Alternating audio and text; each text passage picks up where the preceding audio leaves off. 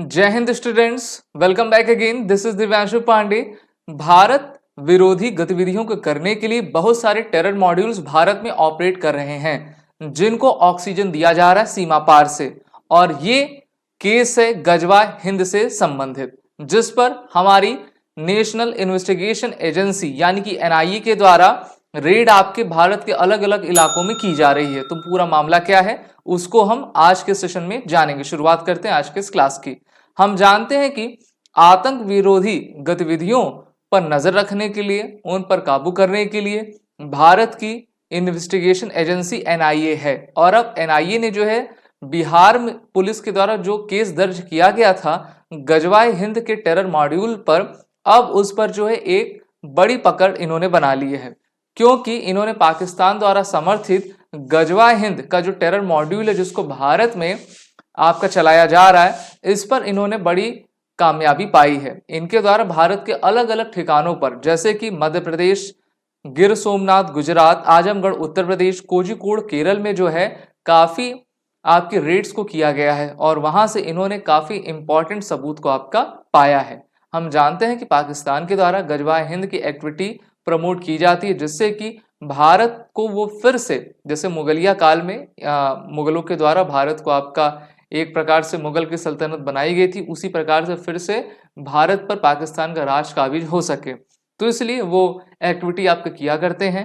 1980s और 1990s से अगर आप देखोगे तो जो आतंकवादी गतिविधियां हैं पाकिस्तान के द्वारा भारत में काफी तेजी से आपकी की भी जा रही हैं। बहुत सारे टेरर ऑपरेटर्स रहते हैं, उनको पकड़ा भी जाता है। और अब फेडरल एजेंसी जो हमारी है उसके स्पोक्स पर्सन ने कहा है कि टोटल 4 स्टेट्स पर अभी हमने हाल ही में रेड आपकी की है, जहां पर एंटी इंडिया आइडिया गजवा हिंद का है, उनके जो हैंडलर्स हैं, उनके जो कॉन्टैक्ट्स हैं, उनको जो है हम आपका एक प्रकार से सर्वेलेंस में लिए हुए हैं और बहुत सारी गिरफ्तारियां इनके द्वारा की भी जा चुकी हैं।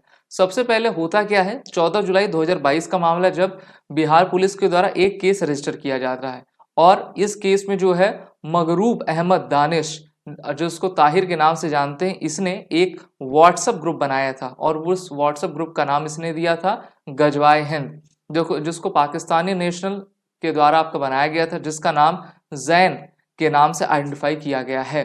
तो इस प्रकार से ये गतिविधियां होती रहती हैं। पाकिस्तान की जो सबसे नाकारा और सबसे भ्रष्ट एजेंसी है जिसका नाम आईएसआई है, उनके द्वारा भारत में ये सभी टेररिज्म के काम प्रमोट किए जाते हैं और यहाँ के लोगों को रेडिकलाइज करके जो है अपने मंसूबों को अंजाम देने की वो कोशिश किया करते हैं। बहुत सारे ऐसे केस हैं, ये पहला केस नहीं है जिस पर एनआईए आपका वर्क कर रही है। तो यहाँ पर ये कहा गया है कि चार्जशीट को जो आपका फाइल कर लिया गया है दानिश के खिलाफ जनवरी 6 में इसी ईयर, और आईपीसी के यूएपीए 1967 एक्ट के अनुसार जो है उस पर कार्रवाई आपकी की जा रही है। हम जानते हैं कि अगर आप 80s से लेकर 2023 तक देखो तो 1 लाख से ज्यादा भारतीयों की मृत्यु आपकी टेररिज्म एक्टिविटी में हो चुकी है। और कभी बम ब्लास्ट हम देखते हैं, कभी हम देखते हैं कि सीमा पार से आतंकवादी आ रहे हैं, कभी हम देखते हैं कि सिमी और पीएफए जैसे जो ऑर्गेनाइजेशंस हैं वो भारत में आपके काफी समय से काम भी कर रहे थे। पिछले साल आपने देखा था कि भारत सरकार के द्वारा पीएफए को आपका बैन भी कर दिया गया था 5 सालों के लिए, क्योंकि जो प्रावधान है वो 5 साल का है, उसके बाद आप उसको एक्शन करते जा सकते हैं। तो हम कह सकते हैं कि भारत एक ऐसे दो राहे पे खड़ा हुआ है जहां पर एक तरीके से पाकिस्तान भारत को कमजोर करने की कोशिश करता है, दूसरी तरफ से चाइना, और इन दोनों की मिली भगत और साठगांठ रहती कि किस प्रकार से हम अपना एजेंडा भारत में प्रमोट कर पाए। लेकिन एनआईए उसके लिए भारत सरकार के द्वारा 2008 में ही बनाया गया था और एनआईए एक central counter terrorism law enforcement agency है जो कि टेररिज्म से रिलेटेड सभी मामले को इन्वेस्टिगेट किया करती है और ज़रूरत पड़ती है तो ये जो फॉरेन एजेंसीज रहती हैं उनके साथ भी कोऑर्डिनेट आपका किया करती हैं। अब इनमें क्या क्या आपके इंक्लूड्स रहते हैं, किस किस सिक्योरिटी मेजर्स को इसमें लिया जाता है। सबसे पहला, friendly relation with the foreign state against atomic and nuclear facility, smuggling of arms, drug, fake Indian currency, infiltration from across the border. और अभी देखिए बॉर्डर से रिलेटेड एक खबर अभी हाल ही में आई है कि जम्मू से जो है टोटल 6 बांग्लादेशियों को आपका पकड़ा गया है। तो चाहे फेक करेंसी का इशू हो या फिर आपका जो इलीगल माइग्रेंट्स हैं जो कि म्यांमार और बांग्लादेश से भारत में आकर रहते हैं और यहाँ पर राइट्स फैलाते हैं, उनके खिलाफ भी एनआईए अपनी चार्जशीट और अपना कार्य आपका किया करता है। और हमें चाहिए कि इन ऐसे लोगों को आइडेंटिफाई किया जा सके और उनको जो है डिपोर्ट हम करें। और इसके अलावा जो है इम्प्लीमेंटेशन इंटरनेशनल ट्रीटीज, एग्रीमेंट्स और कन्वेंशंस का कैसे हम बेहतर तरीके से कर पाएँ, इस पे एनआईए आपका वर्क किया करता है। और आपको याद होगा 2008 में 26/11 का जो मुंबई हमला हुआ था, उसके बाद 31 दिसंबर 2008 में भारत सरकार के द्वारा यूपीए फर्स्ट सरकार ने एनआईए का गठन किया हुआ था। और इस साल 26/11/2023 में 26/11 के हमले को टोटल 15 साल आपके हो भी चुके हैं, जहां पर हमने अपने शहीदों को आपका अपने तरफ से श्रद्धांजलि दी है, जिसमें हमारे मुंबई पुलिस के जवान, हमारे आर्मी के, एनएसजी के जवान उसमें शहीद हुए थे और बहुत सारे 166 से ज़्यादा सिविलियंस मारे गए थे।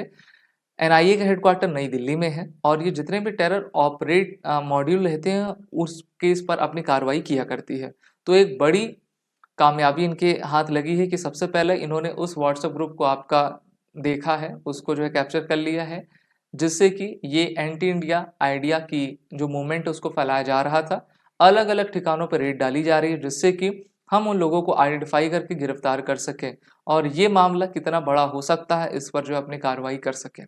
तो इसलिए हमको शत्रु बोध होना चाहिए, दुश्मन को पहचानना चाहिए, वो आप हमारे बीच में कोई भी हो सकता है। इसीलिए फेक एजेंडा, फेक न्यूज़ को प्रमोट करने में से रोकने के लिए अपनी भूमिका भी हमको देनी चाहिए। आप सभी डिफेंस एस्पिरेंट अपने एसएसबी इंटरव्यू और रिटन कोर्सेज की प्रिपरेशन एसएसबी क्रैक एग्जाम के ऑनलाइन कोर्स में जुड़कर जरूर करिए। उसके लिए वॉरियर 10 कोड का यूज कर लें, जिससे कि आपको 10% का फ्लैट डिस्काउंट मिले। जय हिंद एंड बेस्ट ऑफ। अगर आप एक डिफेंस एस्पिरेंट हैं और SSB interview, NDA, CDS, AFCAT जैसे एग्जाम्स के लिए प्रिपेयर कर रहे हैं तो आप एसएसबी क्रैक एग्जाम्स के कोर्स को चेक करना ना भूलें। आप हमारी लर्निंग एप्लीकेशन को गूगल प्ले स्टोर से भी डाउनलोड कर सकते हैं।